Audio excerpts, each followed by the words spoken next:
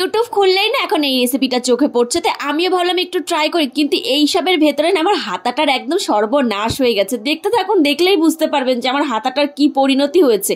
তবে আমার বাড়িতে তো এই রকম ডিম ট্রাই করার মানে হাতা নেই, ওই জন্য রান্নার হাতাটা ব্যবহার করতে হয়েছে, আর তাতেই একদম কেস জন্ডিস হয়ে গেছে।